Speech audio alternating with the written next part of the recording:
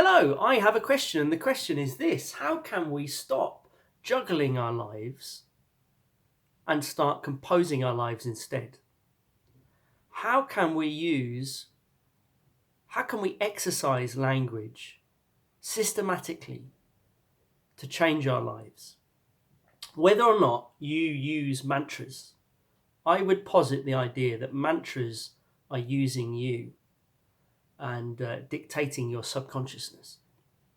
A mantra is a repeated unit of language that generates thoughts, feelings, and solidifies intentions by which we live. These, in turn, can become dogmas that direct our life. In psychology, this is called cognitive fusion, the process by which we become wedded to particular stories, labels, and identities, such as I'm terrible at maths, I'm unlovable, I'm useless, etc., etc.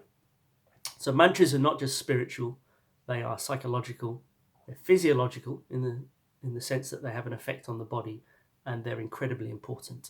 In this podcast, I will look at how we can tend to our psyche by tending to our speech. This is at the heart of neuro-linguistic programming, at the heart of hypnotic suggestion, meditation, and indeed any practice that works on the psyche using language. So we will look at mantras with a little bit of help from linguistics and behavioural psychology, and I'll be giving some practical techniques and reflecting on my work as a poet, author, and mental resilience trainer. I want to start, before we get going, just by saying a big thank you to my Patreons who support my work and make the research and the recording of these podcasts possible. It goes a very long way. If you're not a Patreon already, there's a link below. You can check that out. You get a bunch of free stuff from me, including signed copies of my book. So check that out if you're interested.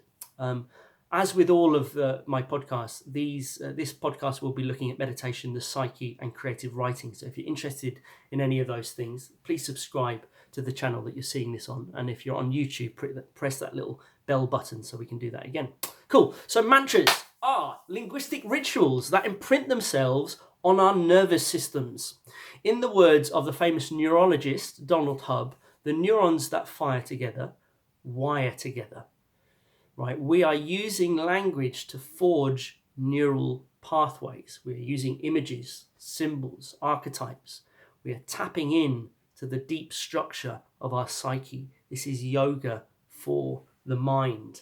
And that idea is taken from this book, Mantra Yoga and Primal Sounds by David Foley, in which he calls mantras among our best friends. So what I'm agitating for here is for us to create our own mantras that work for us, that resonate with us. They don't have to come from ancient traditions. They don't have to be written in Sanskrit. Now, I'm not discrediting ancient wisdom traditions here. I'm using the word mantra, which itself is a Sanskrit word meaning mind tool. And indeed, all the mantras that I create myself have grown out of existing mantras. And I think that's really important to see what's been done and what works in the past. Really, really important. But my point here is that we don't have to be restricted to what we're given. In the words of the poet Ralph Waldo Emerson, make your own Bible. Select and collect all the words and sentences that in all your readings have been to you like the blast of a trumpet. It's a beautiful idea. Create your own Bible. I'm going to share some mantras now that I created for myself and use them to discuss personalized mantras and why they're helpful.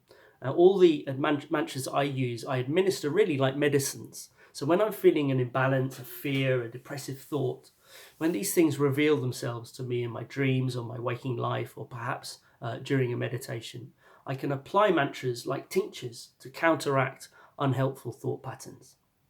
I should say also that most of my mantras I wouldn't share with anybody, and I hope you feel privileged to be let in to my book of mantras here. I think in keeping with occult practices, when you speak magical words aloud and when you tell them to other people, they can lose their magic. Okay, there's something in that that's worth thinking about. This is really a conversation between us and our deep psyche, these mantras, right? So they're sacred, and most of these I wouldn't share. But I'm going to share a few of them with you now. I should say also this is in a leather-bound book, which is a present from my brother, and this is really the final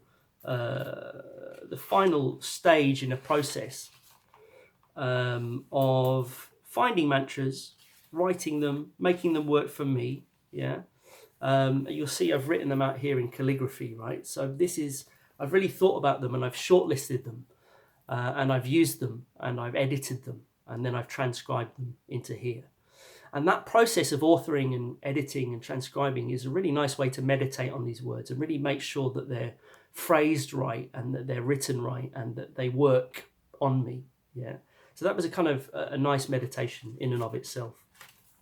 So here's a nice one to cultivate awareness and presence that's really worked for me. Today I lavish attention on every impulse to react. Today I lavish attention on every impulse to react. I'm pretty sure that this is very close to a mantra that I heard given by Deepak Chopra. If it's not, then I've edited it slightly. You'll notice that I'm using the construction today I lavish. Okay, I'm talking about things in the first person present, right? I'm not pleading for any higher power to imbue me with the power to do something, because to do so would be to locate the power outside of myself. So the phrasing of this is really important because it's having an effect. If I'm repeating this again and again and again, that's having an effect on my psyche, right? Today I lavish attention on every impulse to react. Many of these mantras begin with I am and I have and I will in that sort of way. Let's share another one here. Oh, this is a nice one.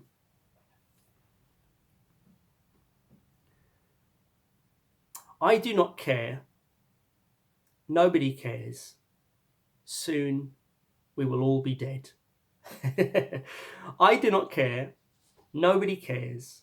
Soon we will all be dead. Now, I recognise some of you may think this is kind of morbid to be meditating on that idea, but I would also invite you to consider this to be a kind of Buddhist meditation on death and a meditation on the impermanence of life. For me, as somebody who suffers from anxiety, as somebody who's very driven, kind of goal-orientated person, this is a nice kind of antidote to that. Also because I think I care a little bit too much what people think of me, right? So this is a nice kind of chuckle at myself and at the world. I do not care. Nobody cares. Soon we will all be dead.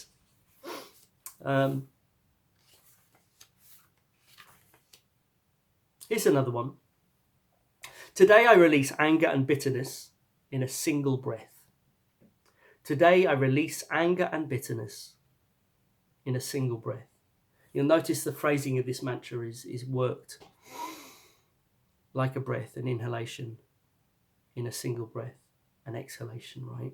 So I've worked on the phrasing of this. I think all of these poems, all of these mantras are small poems. It could be looked on as such because they've been worked and they've been reworked, and the choice of words that I'm using has really been thought about, right? And I've thought about the music of the words and how they sound and how the rhythm of how they're spoken. You know? Today I release anger and bitterness in a single breath is a nice, not only verbal ritual, but also a physiological ritual, because often this mantra will come to me when I'm experiencing anger and bitterness. And this will pop into my head. That neural pathway will be activated and I will repeat the mantra, and it will be accompanied by an inhalation and an exhalation, literally putting me into my parasympathetic nervous system, making me feel more relaxed and releasing that tension. So this is a great and really practical mantra for me. Let's see if I've got another one here for you. Oh, okay, here we go. Patiently and unforcingly, I give my gifts to the world. Patiently and unforcingly, I give my gifts to the world. This one is a really good one in the morning. As somebody who, especially Monday mornings when I'm feeling like I don't quite have enough time to do all the things that I want to get done, This is kind of like setting me up with a kind of kingly, almost stately kind of way of moving into the day. Patiently and unforcingly, I give my gifts to the world. So there's a few from me. To conclude, our mantras constitute a personalized poetic corpus, a living body of text. And from inspiration to transcription through to utterance, they infuse us with their wisdom. This is much a creative process as it is a healing process. We are meditating on language, we are creating beauty, and we're tailoring that beauty to accord with the divine light that we carry inside our chests. Thank you for listening to this podcast. If you have any questions or comments, you can tap them below. If you liked it, please hit like and share it with your mateys. It really helps these videos get out there into the world. And I hope this has been useful. And I want to just end by saying that I hope you are using your own mantras and making your own mantras, and more fundamentally, being kind to yourself in these difficult times. Thanks for watching.